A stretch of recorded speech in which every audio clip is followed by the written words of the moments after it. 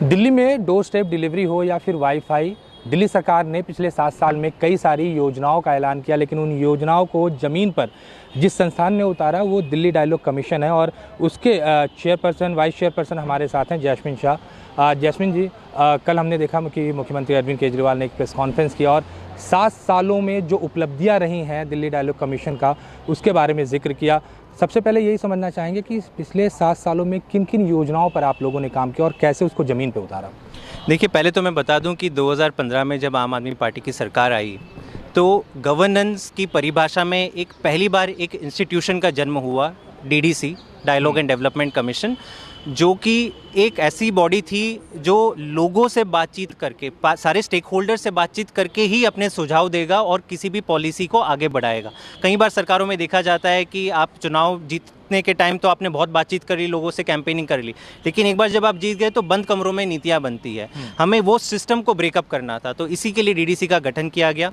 पिछले 7 सालों में 70 ऐसे बड़े प्रोजेक्ट्स और इनोवेशंस हैं जिसको हमने ग्राउंड पे उतारा है। इसमें मैं मुख्य रूप से बात करूं तो हमने ट्रांसपोर्ट में इलेक्ट्रिक व्हीकल पॉलिसी आगे बढ़ाई है, door step delivery of services, जिसमें हम कहते हैं कि बहुत सारा करप्शन जो होता है ग्राउंड पे, जब आप किसी भी सरकारी दफ्तर में जाते हैं तो उसको हमने उल्टा कर दिया कि आप सरकार के पास ना आए, सरकार आपके पास जाएगी। तो ये हमने बड़ा किया। फेसलेस ट्रांसपोर्ट सर्विसेज हमने किया है। तो ऐसे तमाम बड़े बड़े प्रोजेक्ट्स हैं। कोविड के टाइम पे हमने बड़ी ऐसी चीज़ें करी जो बहुत ही कम टाइम स्पेंड में और प्रेशर में दिल्ली के लोगों को उसका फ़ायदा मिला। एम्बुलेंस सिस्टम थी दिल्ली की जो 50-55 मिनट लेती थी लोगों तक पहुंचने के लिए, अगर आप एम्बुलेंस को कॉल करो। तो इसमें हमने हेल्थ डिपार्टमेंट के साथ बैठकर एक बड़ी योजना बनाई और इसको हमने 18 मिनट तक पहुंचा दिया, जो एक वर्ल्ड क्लास स्टैंडर्ड है। दूसरा, हमें पता चला कि कई ऐसे लोग हैं जो राशन का कार्ड नहीं है, लेकिन उनको मतलब वो भुखमरी का वो शिकार हैं क्योंकि उनके नौकरियां चली गई हैं। तो हमने एक ई कूपन सिस्टम बनाया जिसके कि कई ऐसे लोग हैं जो राशन का कार्ड नहीं है, लेकिन उनको मतलब वो भुखमरी का वो शिकार हैं क्योंकि उनके नौकरियां चली गई हैं। तो हमने एक ई कूपन सिस्टम बनाया जिसके तहत 60 लाख लोगों को इसका फ़ायदा मिला। तो ऐसे तमाम, जैसे हमने माननीय मुख्यमंत्री जी ने कहा कि 70 ऐसे बड़े आइडियाज़ हैं, प्रोजेक्ट्स हैं जहाँ पे डीडीसी ने योगदान दिया है अपना। एक सबसे महत्वपूर्ण जो अमूमन हम आजकल सड़कों पर देख रहे हैं, सीसीटीवी, उसको जब उसकी चर्चा चल रही थी तो सब यही कह रहे थे कि बहुत बड़ा प्रोजेक्ट और इसको लागू करना अपने आप में बहुत बड़ा चैलेंज है। दूसरा, वाईफाई को लेकर कई लोग कह रहे थे कि कैसे दे सकते हैं वाईफाई। तो इन दोनों जो योजनाएं थी, इसको आप लोगों ने कैसे किया? देखिए, मैं अब इसमें तीसरा भी मैं जोड़ दूँ, स्ट्रीट लाइट्स, क्योंकि दिल्ली में कई ऐसे डार्क स्पॉट्स है जहाँ पे अंधेरा था और वहाँ पे स्ट्रीट लाइट्स लगनी चाहिए थी। तो सीसीटीवी हो या वाईफाई हो, स्ट्रीट लाइट्स हो, ये नॉर्मली जब सरकार इंफ्रास्ट्रक्चर बनाने बैठती है तो टेंडर निकलता है 3-4 महीने में, फिर अवार्ड होने में और 3-4 महीने लगते हैं और लागू होते होते 1-2 साल तो ऐसे ही बीत जाते हैं। लेकिन मुख्यमंत्री जी का ये सपना था कि नहीं, हमें 3 से 6 महीने के अंदर ये चीज़ें ग्राउंड पे पहुंचानी है। तो डीडीसी ने पहली बार एक इनोवेटिव, जब हमारे पास प्रॉब्लम आती है तो हम आइडियाज़ खोजते हैं, लोगों से बातचीत करते हैं, तो एक डिसेंट्रलाइज मॉडल का हमने इन्वेंशन किया जहाँ पे सरकार अपने खर्चे से खंबा वंबा नहीं लगा रही है स्ट्रीट लाइट्स या फिर सीसीटीवी के लिए। आप जो नज़दीकी घर है या दुकानदार है, उसी के बिजली के तार से वहाँ पे सीसीटीवी लगवाइए और जो खर्चा आता है उसके बिजली के बिल का उतना जो पोर्शन है वो ऑटोमेटिकली डिडक्ट हो जाता है बिजली कंपनी के द्वारा। तो ये डिसेंट्रलाइज मॉडल देश और दुनिया भर में हमने कहीं नहीं देखा। उसके चलते 1 साल के अंदर, 2 साल के अंदर आज दिल्ली में 2.5 लाख से ज़्यादा सीसीटीवी कैमराज हैं, जो दुनिया में सबसे ज़्यादा है। इसकी रिपोर्ट्स और चर्चा बाहर भी होती है कि न्यूयॉर्क और लंदन में आज इतनी घने सीसीटीवी कैमराज नहीं लगे हैं जो दिल्ली में लगे हैं। एक चीज़ हम देखते हैं कि सिर्फ दिल्ली ही सरकार नहीं, देश के अगर दूसरे राज्य के सरकारों की बात की जाए तो योजनाएं बहुत सारी बनाई जाती हैं, लेकिन हम अमूमन देखते हैं 2 साल 3 साल बाद सिर्फ योजना का नाम रह जाता है। ज़मीन पर कई बार लोग शिकायत करते हैं कि हमें ये नहीं मिला या हमें नहीं पता कि कैसे इसका फ़ायदा उठाया जाए। तो ऐसे में दिल्ली, अब जैसे आप खुद ज़मीन पर कई बार लोग शिकायत करते हैं कि हमें ये नहीं मिला या हमें नहीं पता कि कैसे इसका फ़ायदा उठाया जाए। तो ऐसे में दिल्ली, अब जैसे आप खुद कमीशन से जुड़े हुए हैं, आप लोगों ने ग्राउंड पे काम किया, कितना बड़ा चैलेंज था और कैसे आप लोगों ने इसको सॉल्व किया? देखिए, ये आपकी बात बहुत सही है क्योंकि बड़े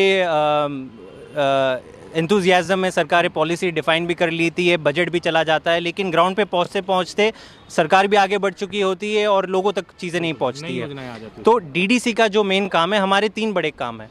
पॉलिसी डिज़ाइन में हम सबके सुझाव को लेके फिर एक पॉलिसी डिज़ाइन का खाका बनाते हैं। दूसरा, जब इसको इम्प्लीमेंटेशन करना होता है उसी के दौरान अगर कुछ छोटी मोटी दिक्कतें हुई तो भी हम उस पर नज़र बनाते हैं और ये इंश्योर करते हैं कि अच्छे से लागू हो। लेकिन एक बार लागू होने के बाद हम तीसरा जो काम करते हैं वो फीडबैक लूप जनरेट करने का।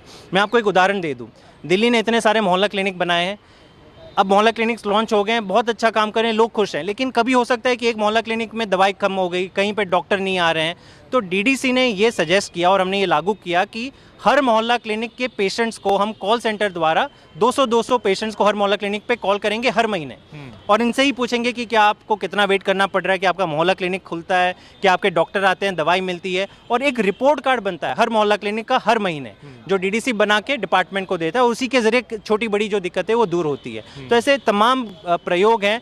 हम चाहते हैं कि जो विजन के साथ मुख्यमंत्री जी ने जो वादे किए हैं और जो हम गर्व से कहते हैं कि जो हम कहते हैं वो करते हैं, तो अगर वो हमें ग्राउंड पे ले जाना है तो उसके लिए हमें इंस्टीट्यूशन चाहिए, एक मैकेनिज्म चाहिए, और वो डीडीसी दिल्ली में प्रोवाइड करता है। 7 साल तो आप लोगों ने काम किया और बहुत सारी योजनाओं को लागू कराए, अब आगे क्या? क्योंकि विज़न लंबा है और अब कुछ तो और सोचा होगा, और क्या क्या सहूलियत आप लोग दिल्ली वालों को देने वाले हैं? बिल्कुल, देखिए मुख्यमंत्री अरविंद केजरीवाल जी का एक सपना है कि दिल्ली को देश का ही नहीं दुनिया का नंबर 1 हमें शहर बनाना है 2047 तक, जब भारत के 100 साल हो जाएंगे आज़ादी के।